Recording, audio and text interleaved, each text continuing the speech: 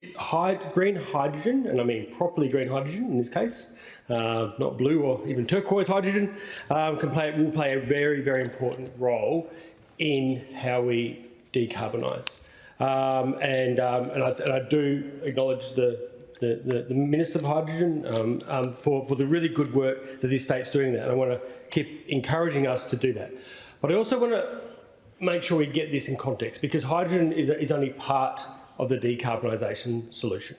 And there's a really interesting report that came out by the Energy Transitions Commission, which I'm sure many of you will be aware of, but have some very impressive people from industry and the like involved in that. And they did a really interesting forecast that says that actually electricity will make up between 67 and 72% of global final energy share by 2050 as we reach net zero. And in contrast, hydrogen is probably likely to make up about 15%, 12 to 15. Interestingly, the International Energy Agency did some similar work. They even came up with a lower number, talking about 9% for where hydrogen fits into that space. So hydrogen will play a role, and that's significant, don't get me wrong. I think the numbers that you talked about, where we're going to have a five-fold growth, are probably about right between now and 2050.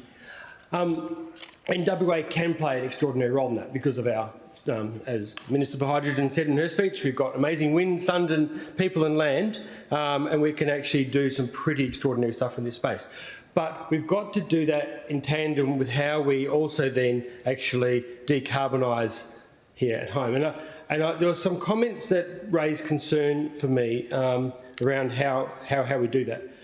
Because if you put all your eggs in a hydrogen basket, I think as it came out in discussion, I think it might have been the Honourable Steve Thomas who says that ultimately hydrogen is just a battery. Hydrogen is not, and certainly you said it as well, Minister for Hydrogen, absolutely. So it's many ways of storing, but it's actually not a very efficient way of storing. And if we're going to do it, store that way, you're actually going to need, as we transition to net zero, somewhere between 2.5 to 5 times more electricity to do that, because of the inefficiencies, than he would if actually just directly electrify. And I think that is a really...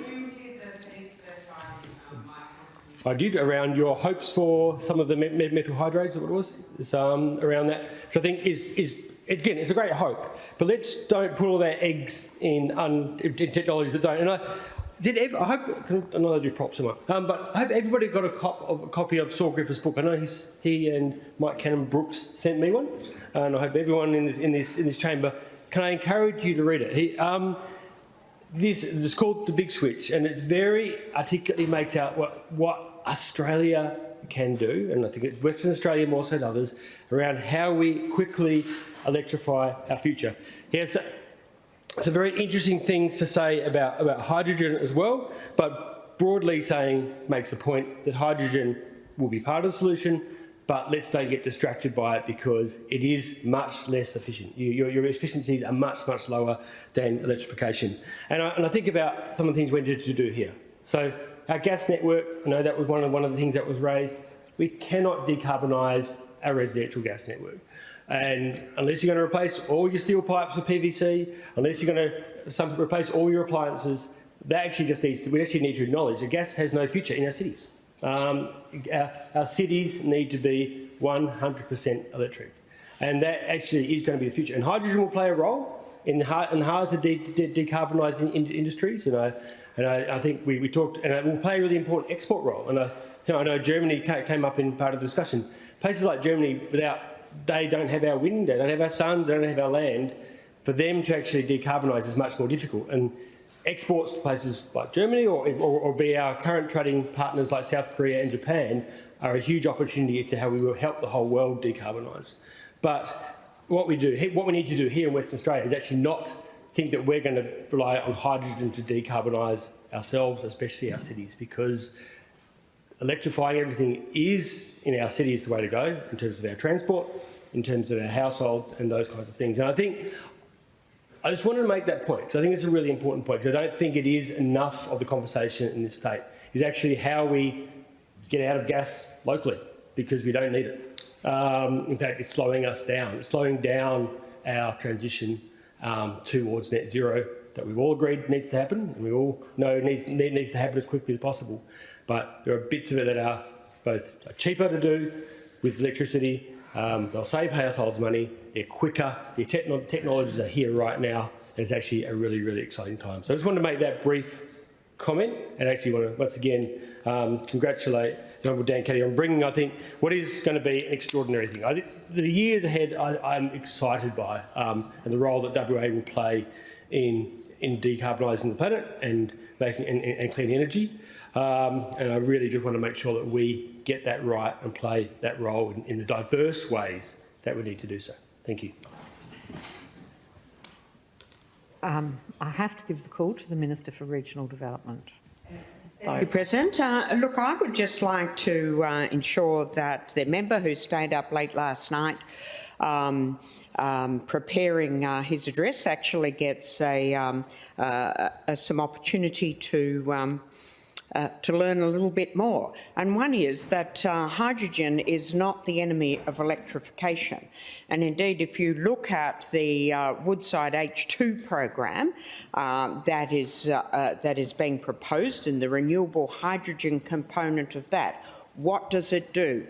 It takes excess renewable energy off the grid, uses it during that time to convert it to hydrogen, then stores effectively that energy in the hydrogen, and when there is a shortage of renewable power driving the system, it puts it back into the electricity system. So hydrogen is not something that stands outside the electrical system, it actually can be a part of it. And if I can refer to the example that the Honourable Kyle McGinn spoke about in his presentation, what is happening up in Shark Bay, where instead of us carting a million litres of diesel each year up to Shark Bay to run through a diesel generator as part of the electrical microgrid up there, we're actually generating the hydrogen on site, which is powered through a fuel cell and then augments that electricity system. So I think you've really got a misunderstanding that the only role for hydrogen is actually pumping it through gas pipelines, but it very much can be part of the electrical system. But I also think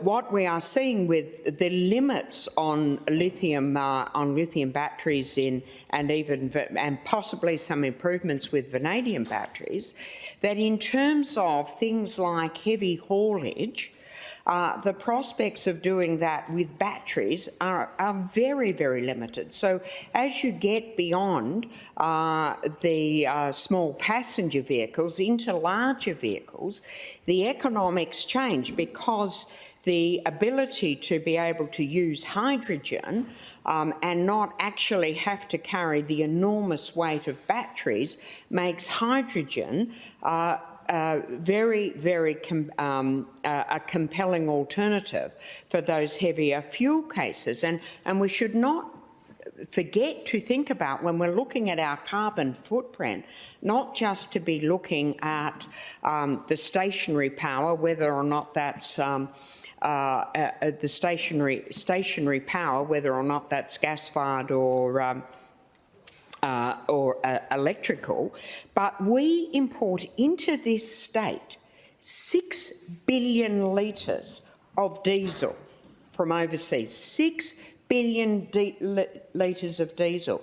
And then we put that diesel onto diesel in trucks and transport it around. Now, that just doesn't make sense when there is the possibility of generating that power closer to home. And thirdly, and though this is something that I think progress has been made on, at this point, for those processes, those manufacturing processes that require temperatures in the order of 1,500 degrees Celsius, at this point of time, it's just that is not able to be achieved through electricity. Now, I'm acknowledging that that might change and that more of those processes could be fuelled through electrical power rather than through thermal use of gas. But we're not there yet. So there are some. I think that electrify everything has become a bit of a catch cry. It doesn't actually look at particularly the nature of our economy, the role that hydrogen can play in electrification, and then looking at what we would want to do in terms of remote generation of hydrogen to save this enormous amount of diesel and indeed huge power lines that would have to be put up all around the state if we were going to move away from any gas or generation in some of those more remote locations. So I do appreciate that the member has the best interests of the state and the environment at heart, but please, this story is a much more complex story than the electrify everything picture might tell you. Before I give the call to the Honourable Wilson Tucker, I will point out that we have 3 people wanting to stand, and apart from that unexpected contribution, we only have 18 minutes left. So, members, I would ask you to have regard for other members while making your contribution. The Honourable Wilson Tucker. Thank you, President. I'll make my comments brief. I would just like to make a few comments in relation to the motion that was raised this morning by the Honourable Yon Sibma, and also resume some comments I made previously about the lack of air conditioners in public housing in the Northwest. The motion today was really about the machinery of government, and it did make mention in Clause A about socially responsible development.